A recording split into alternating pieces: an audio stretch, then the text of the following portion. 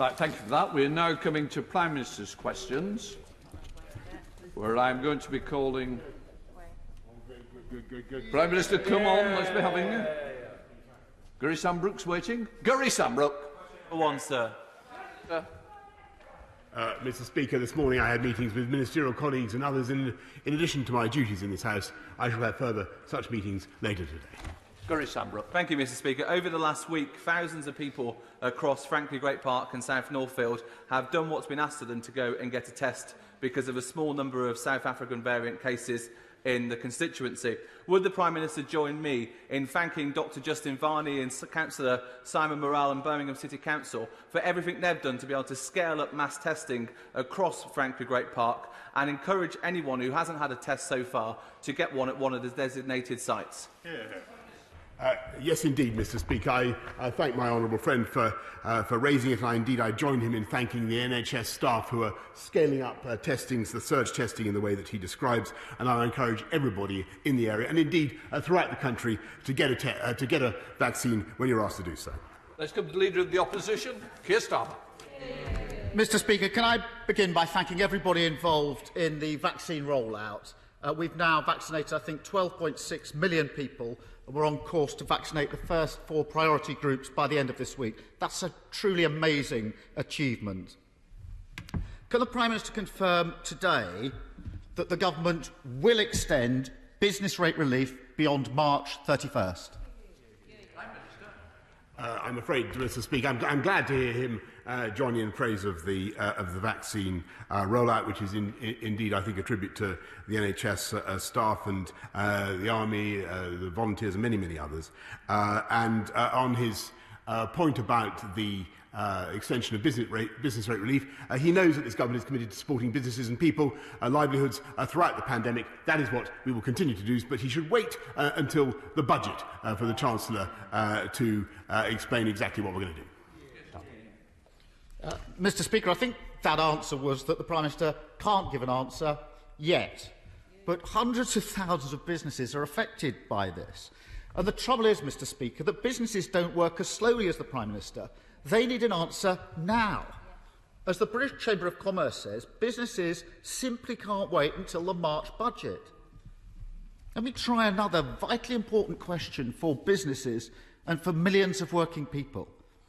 Can the Prime Minister confirm today that the furlough scheme will be extended beyond April? Mr. Speaker, I think most people in this country are aware that we're going through a very serious pandemic in which rates of infection have been steadily brought down thanks to the efforts of the rich people. I think also members of this House are familiar with the notion that in just a few days we will be setting out a roadmap for the way out of this pandemic, a roadmap that I hope the right honourable gentleman and his colleagues will support. Though the support, as we know, tends to be a transitory thing, Mr. Speaker. One week we have it, the next week we don't. But he won't have to contain himself for very long. Keir Starmer. Mr. Speaker, let me let the Prime Minister into a secret. He can take decisions for himself, and he doesn't need to leave everything to the 11th minute. If I were Prime Minister, I'd say to businesses, we'll support you now. We'll protect jobs now. Because the CBI, the Federation of Small Businesses, the Institute of Directors and the British Chamber of Commerce have all said the same thing. They all say, Prime Minister, they can't wait until the budget. The Prime Minister may disagree with me, but he's actually disagreeing with businesses. Why does the Prime Minister think he knows better than British business? Mr. Speaker, I think that most business people that I've talked to, I've talked to a great many in the last 12 months, would agree that there is no government around the world that has done more to support business, wrapping our arms around business. And actually, I'm delighted to hear this enthusiasm for business from the Labour Party when they stood on a manifesto to destroy capitalism at the last election, and indeed to dismantle the very pharmaceutical industry, Mr. Speaker, that has provided the vaccines on which we now rely. Will he now repudiate that policy, Mr. Speaker? Mr. Speaker, we all know what the Prime Minister once said he wanted to do to business. We on these benches would rather listen to businesses. So we've no decision on business rates, no decision on furlough. Let's try another crucial issue. And Prime Minister, no excuse for delaying this time, because this has to be decided before the March budget, and the Prime Minister doesn't need to check with the Chancellor. So will the Prime Minister now commit to extending the evictions ban on residential properties beyond February the 21st?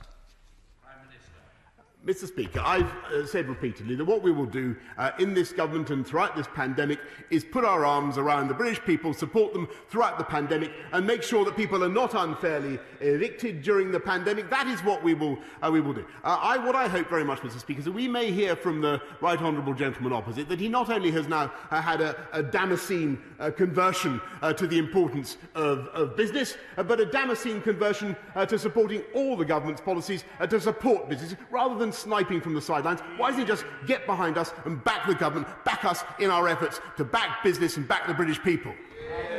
Here's Starmer. Mr. Speaker, I'm not going to take lectures from a man who wrote 2 versions of every column he ever wrote as a journalist, who proposed Donald Trump for a Nobel Peace Prize and gave Dominic Cummings a pay rise.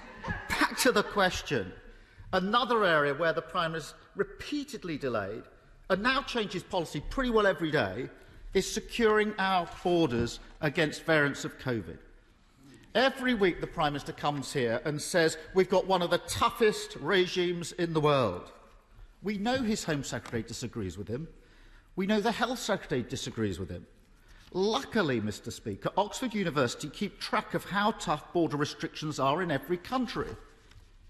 They say that there are at least 33 countries around the world which currently have tougher restrictions for the United Kingdom. 33, Prime Minister, including Canada, Denmark, Japan, Israel. There are many others. In fact, they say we're not even in the top bracket of countries for border restrictions. 50 days after we first discovered the South African variant, 50 days. How does the Prime Minister explain that? Mr. Speaker, there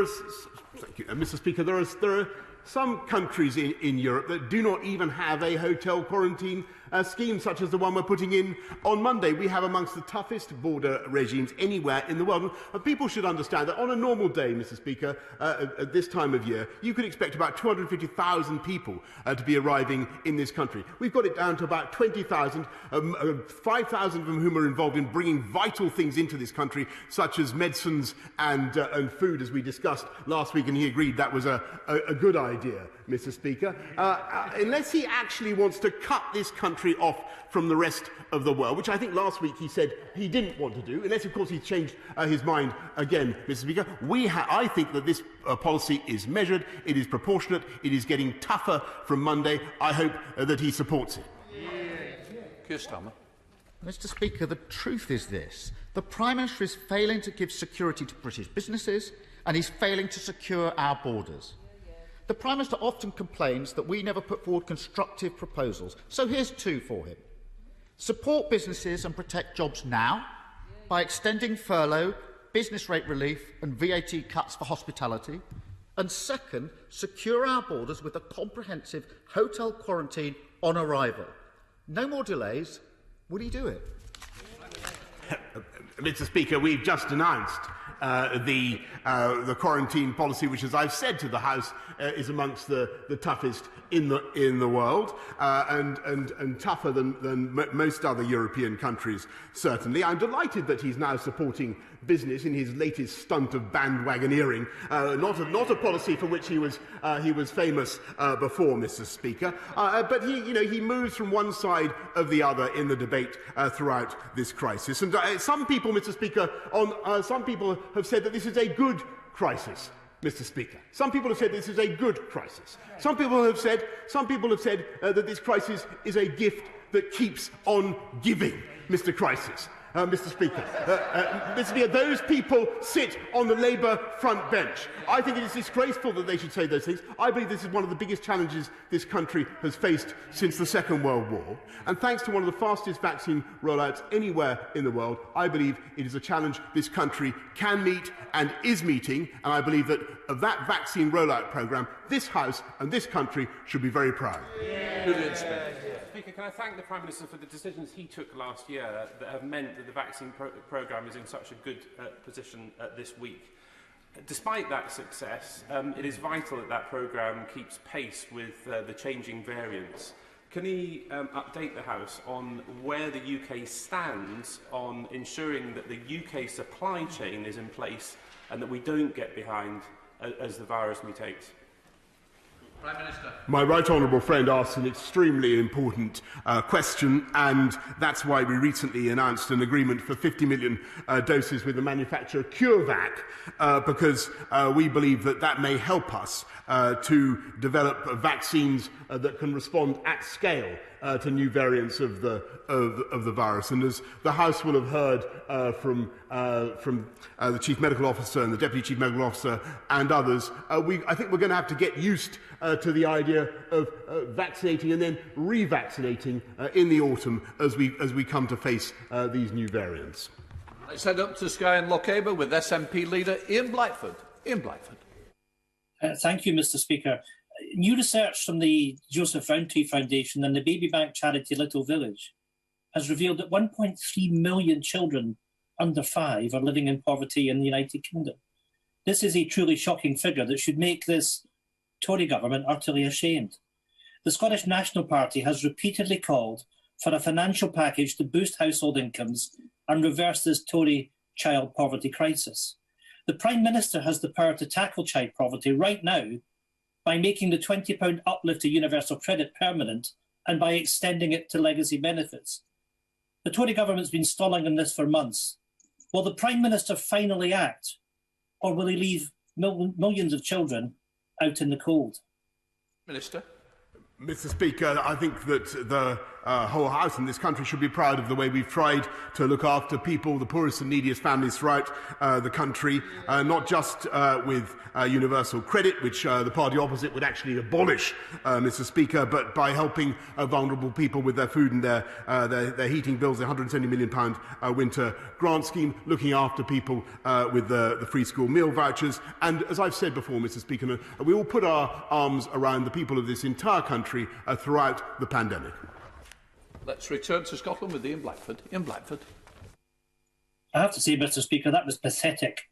That was no answer. We're talking about 1.3 million children under 5 in poverty. Let me quote, "She cried on her doorstep because I gave her nappies, wipes and winter clothes for her child. I went away with a lump in my throat." These are the words of Emily, a baby bank worker who's supporting families that the Tories have pushed into poverty through a decade of cuts. They don't need more empty words from a Prime Minister who simply doesn't care enough to act.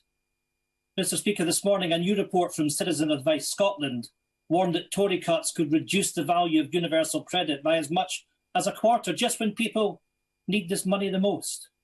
Will the Prime Minister agree to meet with me and other opposition parties ahead of the budget for an urgent summit on tackling child poverty, or will he be yet another Tory Prime Minister who leaves a generation of children languishing in poverty?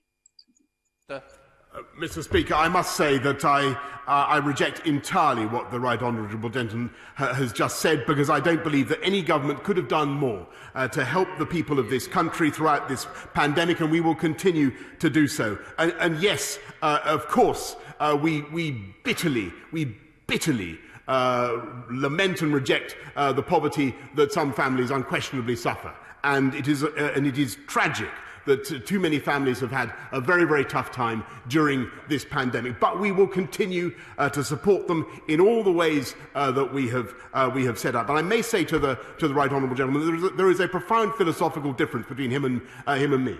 Because the Scottish Nationalist Party is morphing into ever more a left-wing party that believes fundamentally. There you go, Mr. Speaker. That believes fundamentally that it is the duty of the taxpayer to pay for more and more and more. We want to get people into jobs, Mr. Speaker, and it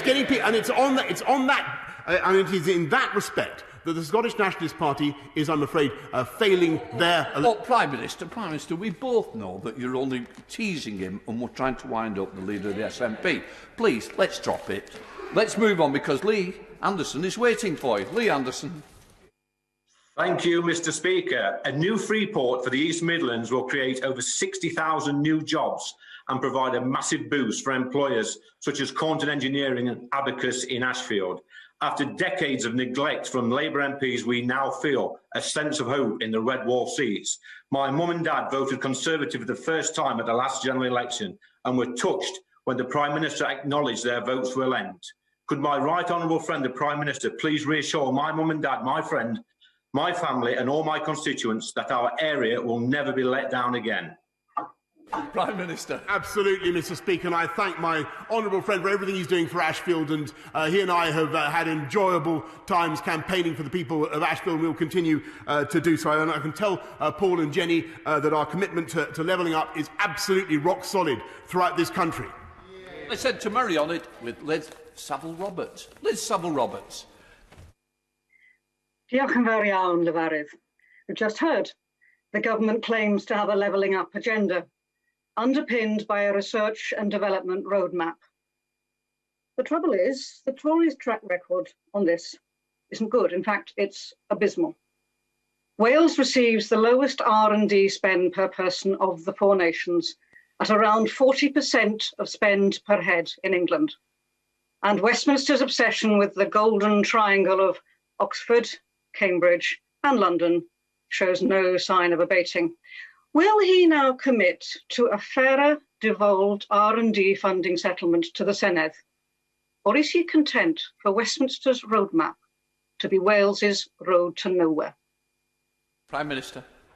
Mr. Speaker, I'm afraid I think she's doing Wales down, and the people of Wales down, and the ingenuity of Wales down, because I think about a quarter of the airline passengers in the world are borne aloft on wings made by the Welsh aerospace sector, Mr. Speaker. Bridgend is going to be one of the great centres of battery manufacturing in this country, if not the world. Wales is at the cutting edge of technology under this government's plans for a record spending on R&D, £22 billion by the end of this Parliament. Wales, along with the whole of the rest of the UK, will benefit massively.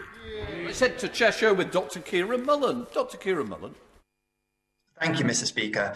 The UK has fallen behind Europe in untapping the potential of geothermal heat and energy in places like Crewe. Will the Prime Minister meet with me to discuss how we can ensure geothermal helps us build back better with a revitalised package of incentives for industry? I thank my honourable friend for the excellent point he makes about Crewe and the way it's now in the forefront of deep geothermal energy exploration, and very happy to meet with him to discuss what we can do to further geothermal energy in Crewe, diary permitting, Mr. Speaker. Let's wander up to Bolton with Yasmin Qureshi. Yasmin. Mr. Speaker, this government said that no council would be suffering as a result of the pandemic. And the Chancellor said that he would do everything, whatever it takes to help them. Yet the Tory-controlled Bolton Council has just announced 35 million cuts in pounds and an increase in the council tax budget for 3.8%. Can the Prime Minister assure my constituents and my town that that money will be given to them, or will this join a long list of Tory failed promises? Minister. I want to congratulate, Mr. Speaker, the great Conservative-controlled Council of Bolton for everything they're doing and continue to do throughout this pandemic to look after the people of Bolton. I know what incredible work local officials do, and I thank them very much for it. And we believe, since we believe so strongly in local government, Mr. Speaker, as a creature of local government myself, I'm proud that we've invested £4.6 billion in supporting local government just so far in this pandemic. Sajid Javid. Mr. Speaker, from rainforests to coral reefs, the world's ecosystems are at risk of catastrophic decline. That was the conclusion of the Dasgupta review last week, which my right honourable friend rightly welcomed.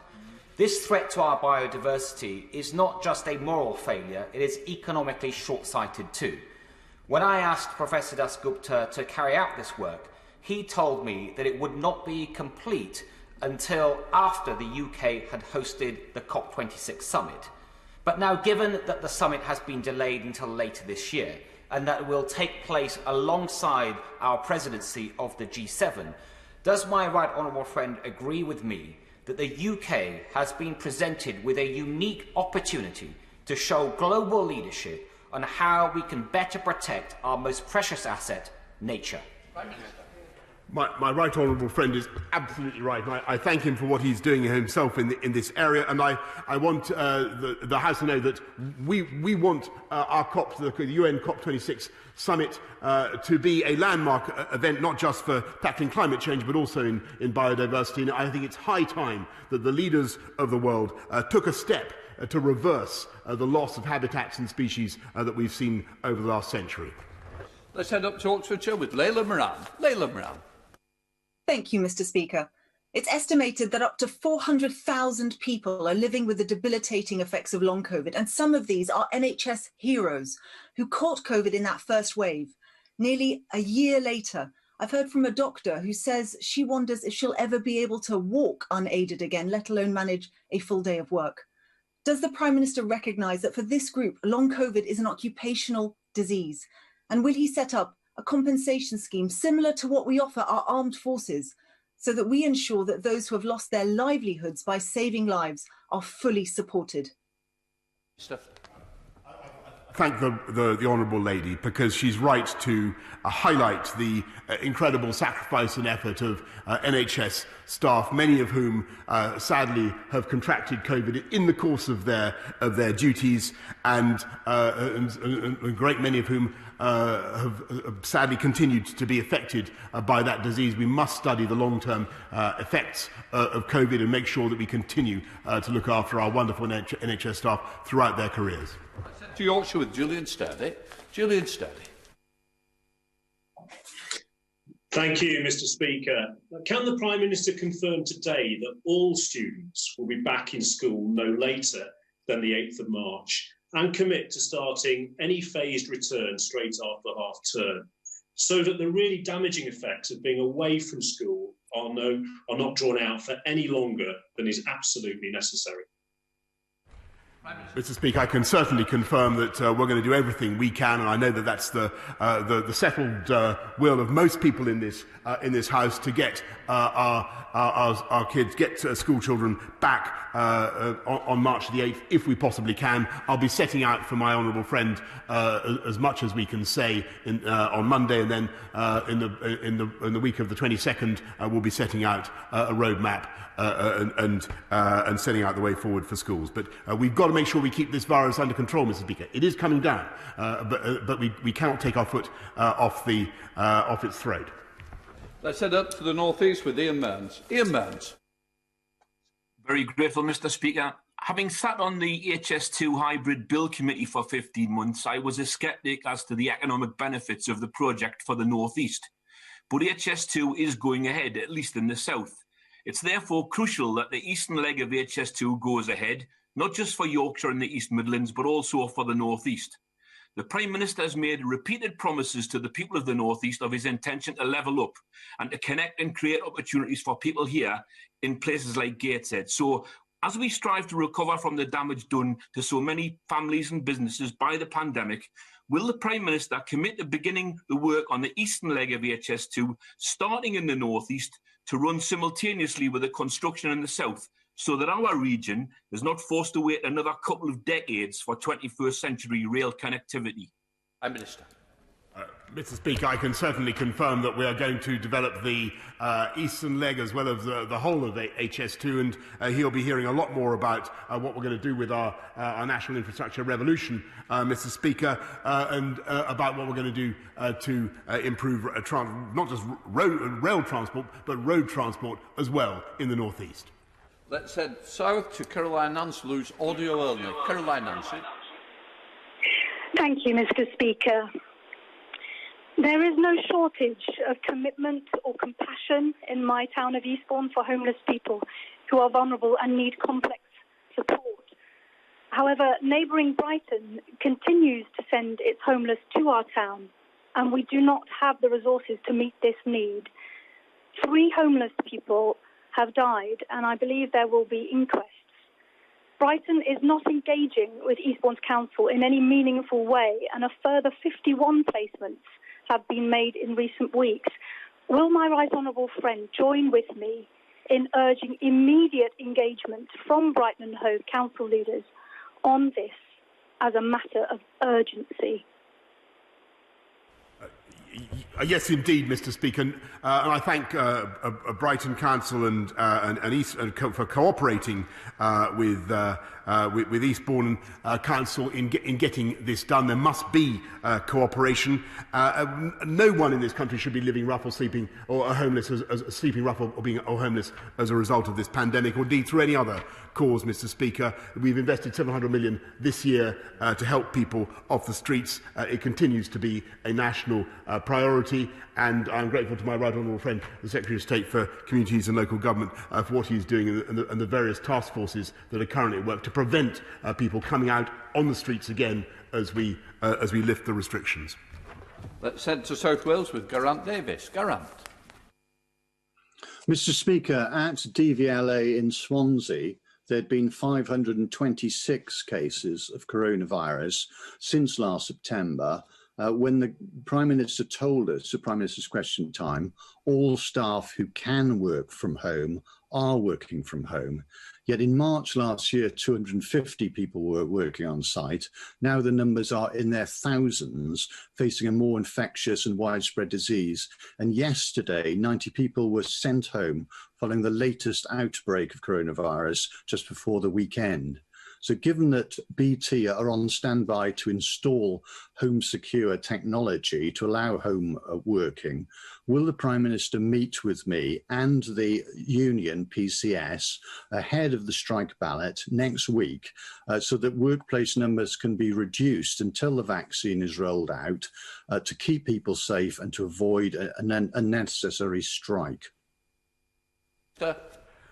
Mr. Speaker, I thank him for raising this again with me, and thanks to the working from home strategy that the DVLA has been pursuing of a workforce of 6,000. There are currently thankfully, there are only 9 cases, to the best of my knowledge, of COVID, and 3 of those individuals are currently working from home. We're rolling out lateral flow tests. A huge number of lateral flow tests are being distributed to the DVLA. But the long-term solution, Mr. Speaker, or the medium-term solution, I should say, is to vaccinate and to roll out the vaccination programme. And that is what this government is doing in Wales and across the country. Let's head to the West Midlands with Nicola Richards. Nicola. Thank you, Mr. Speaker.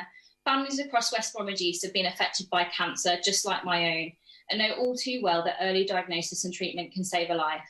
According to research by Macmillan Cancer Support, there were over 70 people in my constituency and 50,000 across the UK with a missing cancer diagnosis.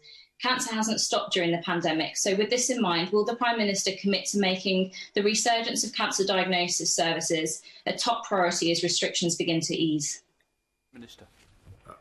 I thank my honourable friend, and I know that this is an issue that is very close to her heart, and she's right to raise it, because of course, there are the pressures from COVID, but we're also worried, Mr. Speaker, that some people may not be coming forward for the cancer treatments that they need. So I urge everybody who needs to get their treatment to help the NHS to help you come forward and get your treatment as you normally would.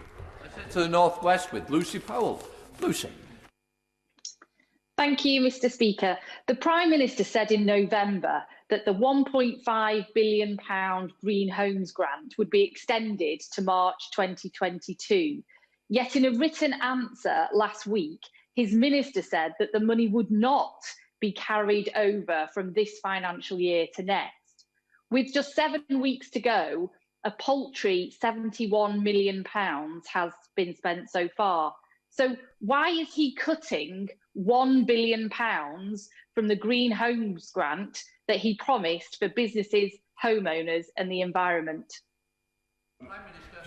She's on to something, but she's barking up the wrong tree, Mr. Speaker. The problem with the Green Homes grant is not that we're not cutting it. The problem is there hasn't been enough take up, and we want to encourage people to take it up and make use of the opportunity to reduce the carbon emission of your homes. Let's head south to Sir Roger Gale. Sir Roger. The Prime Minister has said, and he's written in his foreword to the Environment White Paper, that he's pledged to protect the countryside. Mr. Speaker, the countryside is more than just a bit of green belt around the home counties. In Westgate and Birchington and Herne Bay, in my own constituency, and indeed across much of the Garden of England, there are plans to smother acres of prime agricultural land in housing that is not needed for local people, but that is needed and required to grow the crops to reduce the amount of food that we import at a cost of carbon emissions. So if the Prime Minister is the friend of the countryside, will he announce an immediate moratorium on the use of all farmland for housing while the whole policy is reviewed? Mr. Speaker, I think I just heard the honourable gentleman say that he wants an immediate moratorium on the construction of all housing. Maybe I misunderstood. I don't think that to be realistic. But what I can certainly tell him is that we will take very seriously the points he makes. I know that my right honourable friend, the Secretary of State for Communities and Local Government, has met him and will be glad to meet him again to discuss the subject he raises. But this government's commitment to nature and to the countryside is unmatched. We've just consecrated 30% of our land surface, Mr. Speaker, to nature. Let's head up to Airdrie with Neil Gray. Neil Gray. Thank you, Mr. Speaker. I had a meeting recently with the PCS about public sector pay and heard from constituents in Shotts and Calderbank who work for UK government departments.